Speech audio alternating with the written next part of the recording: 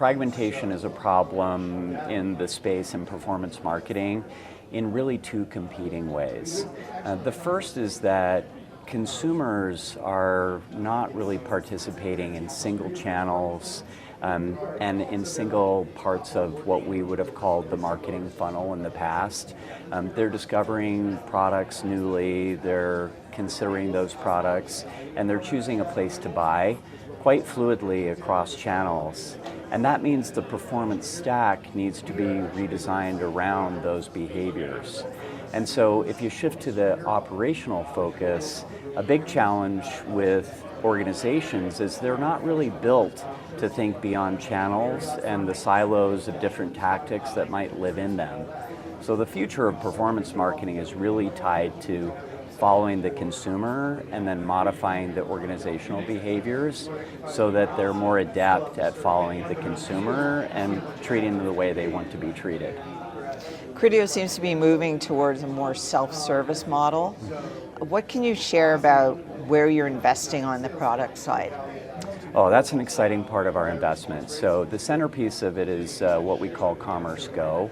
Over the past year, we've been developing a single workflow product that spans planning, activation, and optimization measurement in a single workflow, to my earlier point.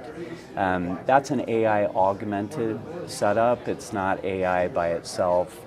It affords control to our buyers, but it also does all of the tedious work of setting up a campaign, activating it, and counting your results.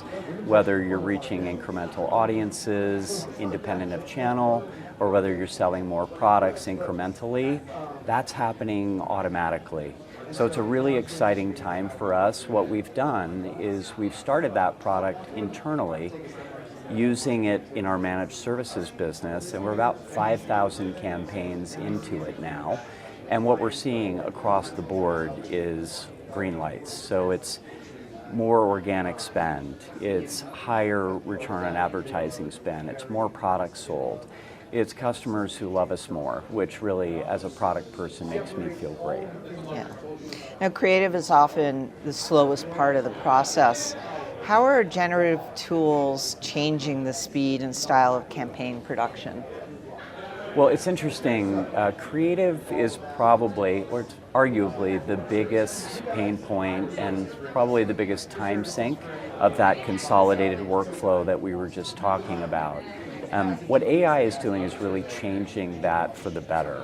So whether it's image to video or whether it's text to image, AI in the Commerce Go context is doing all the heavy lifting for a brand, creating dynamic creatives and then trafficking them while they're maintaining kind of respect to the brand standards and the voice that originally is set up.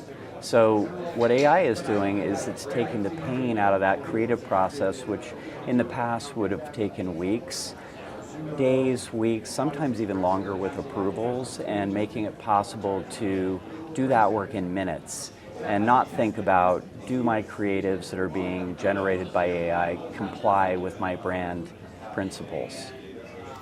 So talk about Criteo's model context protocol. What is that? And tell me how it's transforming, how transformative it is. Model context protocol is a standard. It's by itself not transformative, but it is a standard for agents to talk to APIs. And Criteo has had a very rich history of providing its buy and sell side partners access to our tools through APIs.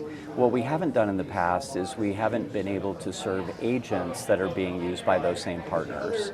So Model Context Protocol is a way for us to expose all the most valuable parts of the workflows that are important to our partners in a way that can be responded to agentically on their side.